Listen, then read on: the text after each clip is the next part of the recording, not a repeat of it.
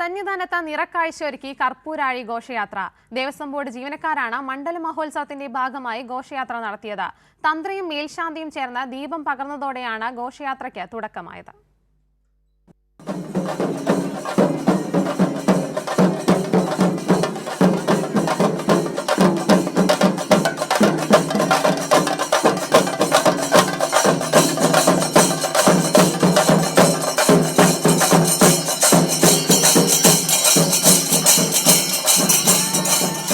ദീപാരാധനയ്ക്ക് തൊട്ടുപിന്നാലെയാണ് കർപ്പൂരാഴി ഘോഷയാത്ര നടന്നത്.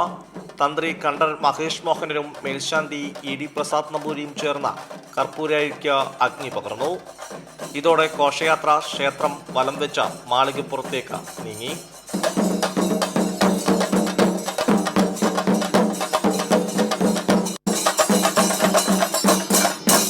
പുലിവാഹനായ അയ്യപ്പനും വിവിധ ദേവതാ സങ്കല്പങ്ങളും ഘോഷയാത്രയ്ക്ക് മാറ്റുകൂട്ടി.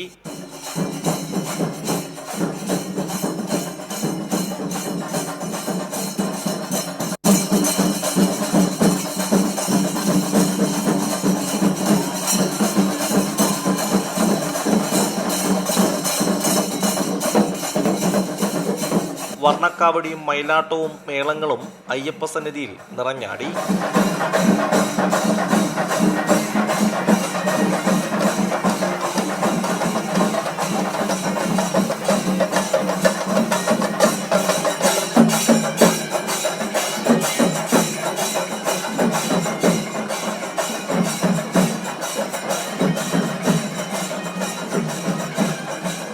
ഘോഷയാത്ര മാളികപ്പുറം ക്ഷേത്രസന്നിധി വഴി നടപ്പന്തലിൽ വലം വെച്ച 18-ാം പടിക്ക് മുന്നിൽ സമാപിച്ചു.